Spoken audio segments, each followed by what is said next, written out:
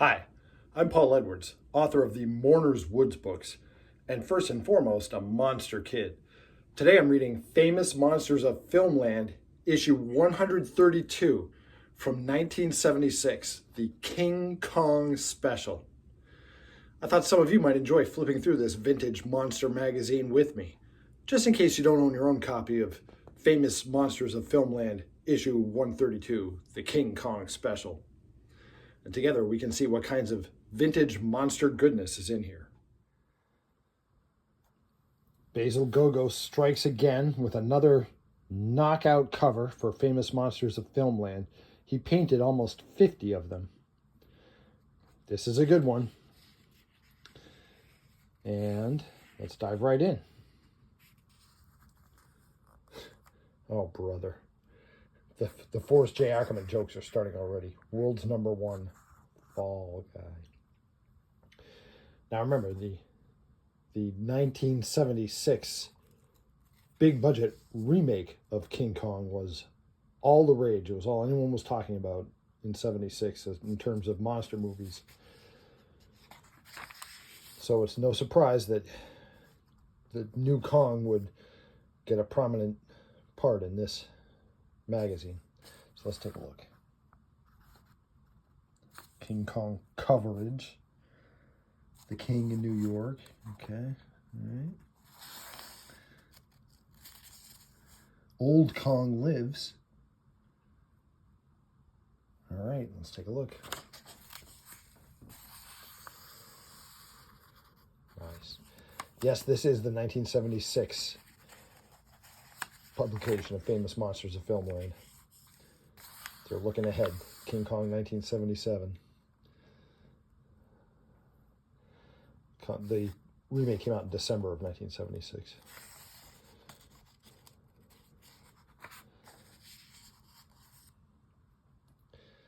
They did recreate a lot of the great scenes from the 1933 original, including when the characters were hiding in the nooks and crannies of the ravine and Kong was reaching down trying to get them. Oh my gosh. Here's the magazine's publisher, Forrest J. Ackerman, with Kong.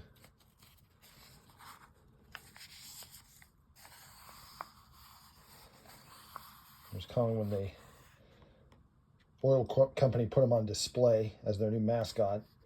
And of course, that didn't last for very long. And he was on the loose.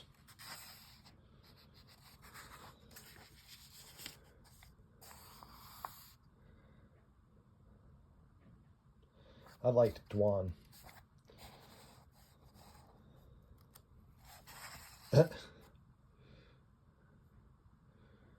Kong admires his picture on the cover of Famous Monsters.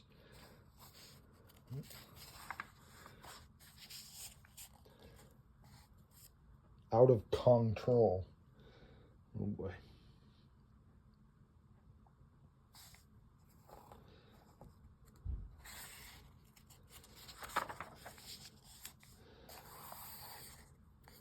Yeah, this was a real thing, Queen Kong, sort of. It was sort of a real thing.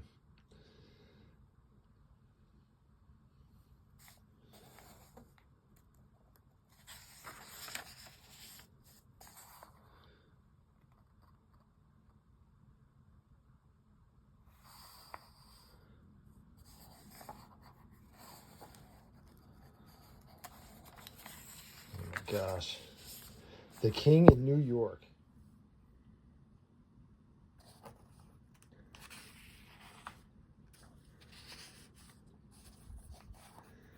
Poor Kong. Don't forget, though, according to the movie King Kong Lives, Kong actually survived this fall off the Twin Towers. How, I don't know. I guess because he's freaking King Kong, that's how.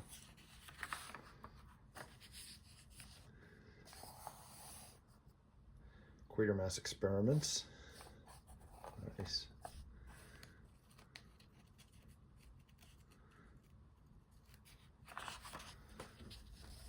Ooh. Christopher Lee. That's a double duty for Christopher Lee. He's Dracula, and here is the Frankenstein monster.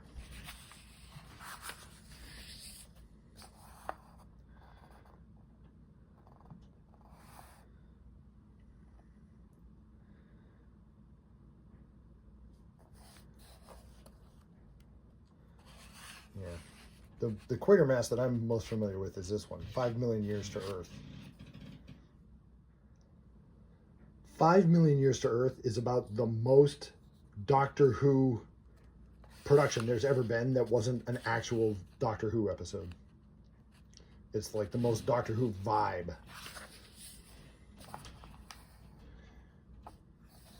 Nice.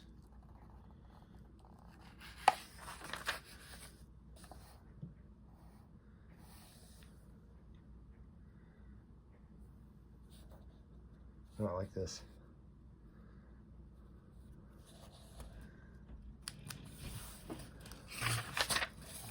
Oh my gosh. Is it Orochi? No, it's the Hydra from Jason and the Argonauts. What Tom Hanks called the greatest movie ever made. It is really good. Really good.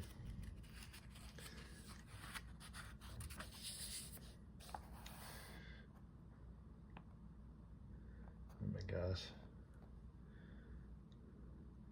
Boy, nobody could make these stop motion creatures come to life like Ray Harryhausen.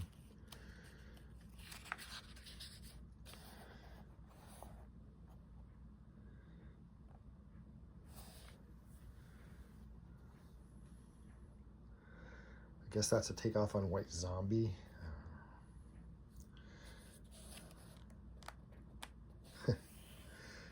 This is the answer to last month's mystery photo. See, this is Johnny Carson, famous late night talk show host. The great Lugosi.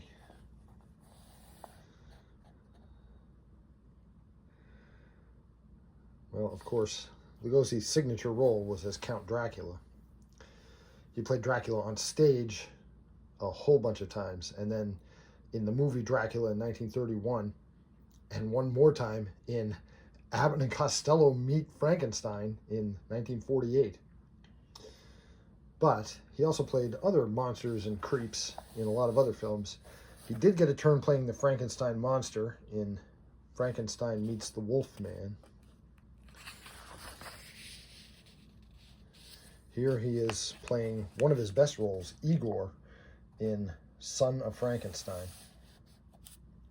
This is a horror trifecta here. You get Bela Lugosi, Basil Rathbone, and Boris Karloff as the Frankenstein monster. 20 years in his grave, yet Bela lives. Wow. This was a 1932 film of his, Murders in the Rue Morgue.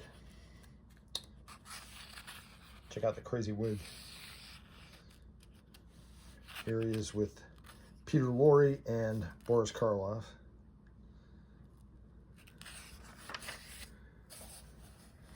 Here he is again as Igor with the Frankenstein monster, this time played by Lon Chaney Jr. Probably my favorite Bela Lugosi role is this one, Murder LaGrange in the movie White Zombie. Oh, remember I said they got him back one last time to play Dracula in Abbott and Costello Meet Frankenstein? This is one of the publicity images from that movie, with Lon Chaney Jr. as the Wolfman, Bela Lugosi as Count Dracula, and Glenn Strange, who was the current Frankenstein monster, as the Frankenstein monster. And if you've ever noticed in these publicity pictures for this particular movie, Bud Abbott is playing along, but Lou Costello is only half-heartedly doing it because he was completely against the idea of Abbott and Costello Meet Frankenstein. He thought it was stupid. So when they did all these publicity pictures, he showed up, but he didn't really play along. But with all deference to Lou Costello, I think history has proven him wrong, and it's probably the best horror comedy film ever made. The Gravest Show on Earth. Watch out, Barnum and Bailey. Well, I know this one. This is Lon Chaney Jr. in Dracula versus Frankenstein, in which he didn't play Dracula or Frankenstein. He played the brutish assistant to the mad scientist. And I recognize this right away because this is from House of Frankenstein. That's Lampini's House of Horrors.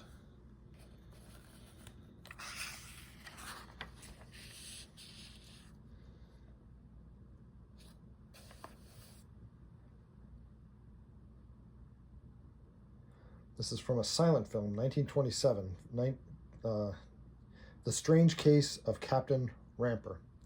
I have to admit, I've never seen that one. I'll have to check it out.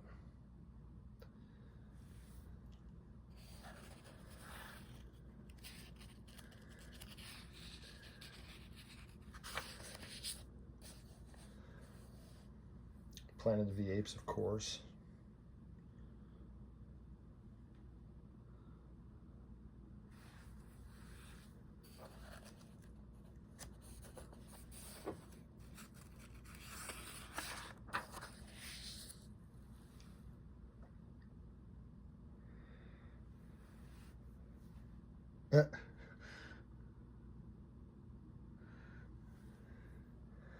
This is from The Thing with Two Heads.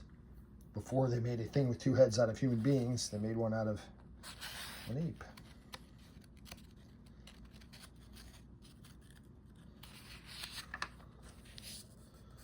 Old Kong Lives.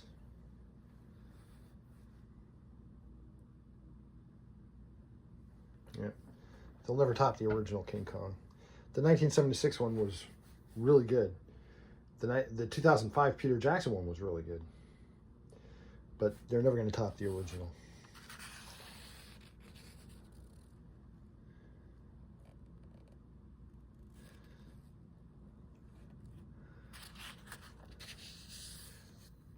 Creatures of the Deep. Gorgo is a creature of the deep. If you've never seen Gorgo, it's a top-notch British giant monster movie from 1961.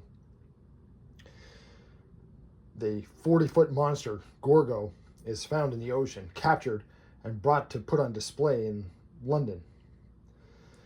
But it turns out the 40-year-old Gorgo is the baby, and its mother, the 300-foot Gorgo, rises up out of the sea and tramples London flat to get her baby back. If you've never seen Gorgo, absolutely worth seeing. This is from Yog Monster from Space.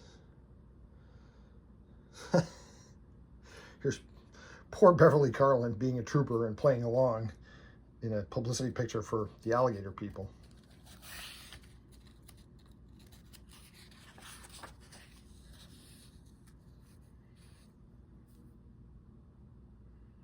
Oh, this is from the 1933 King Kong.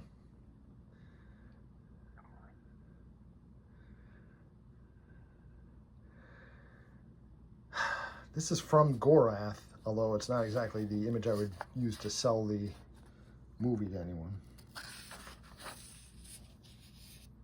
Hey, you can get your back issues.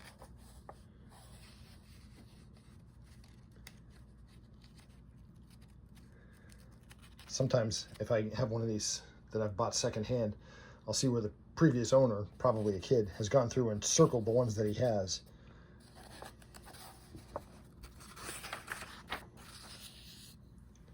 No, Fritz Lang. Wow.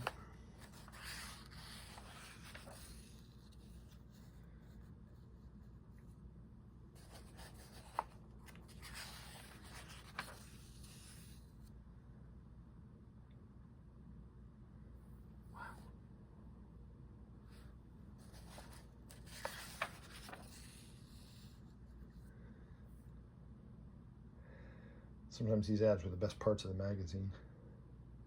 Oh my gosh. Monster Briefs. Oh, brother.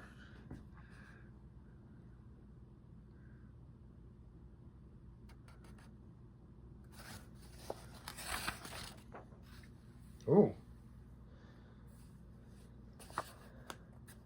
Okay.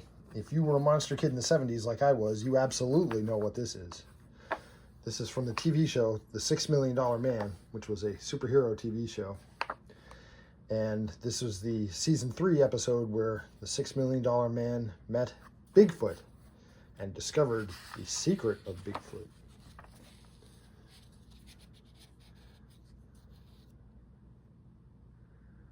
It's funny, a lot of TV shows have like one definitive episode.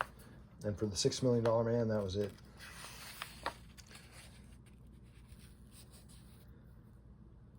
Nice.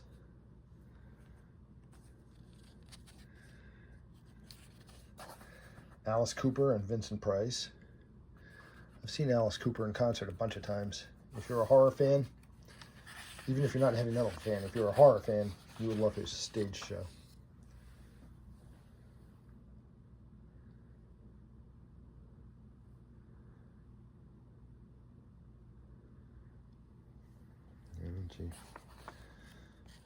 They were really up on the in memoriams in this magazine. They always kept track of when we lost one of our luminaries of horror films.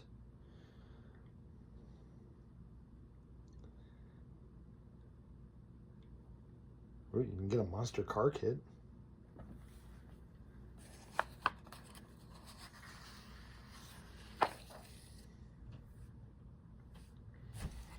LPs galore.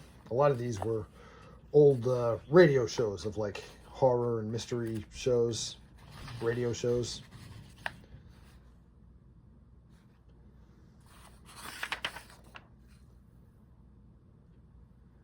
Pen a Star Trek poster.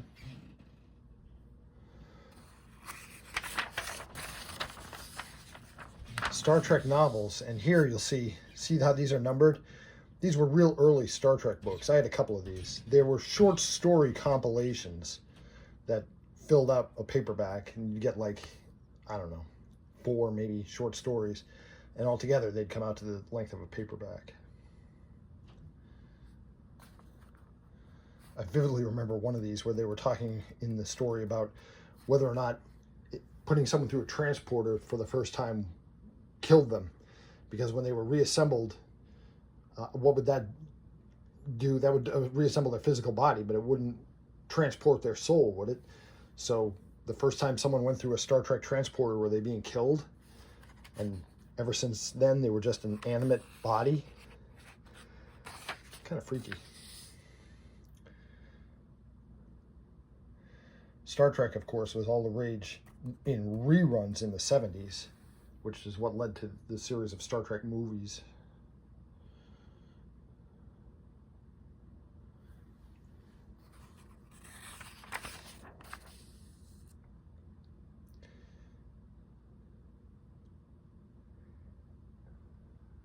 Nice.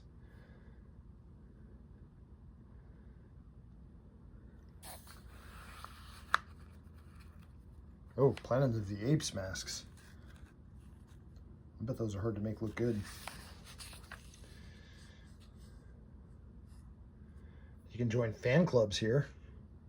The David Hedison one, Peter Cushing, Logan's Run, a different Peter Cushing one. There's an American and a British Peter Cushing one. Three Stooges fan club. The Godzilla fan club. That's the one I would have joined as a kid. For sure. Of course, you can send away and get these 8mm home movies of your favorite monster pictures. But it wasn't the whole movie. It was like 10 minutes worth of it.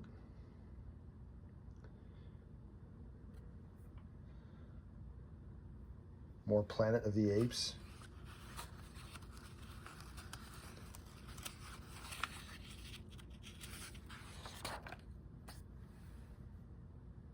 Whole head horror masks. I guess this being Famous Monsters of Filmland, we're lucky they're not selling whole heads, period. And of course your order form. They left plenty of room because you're going to want a lot.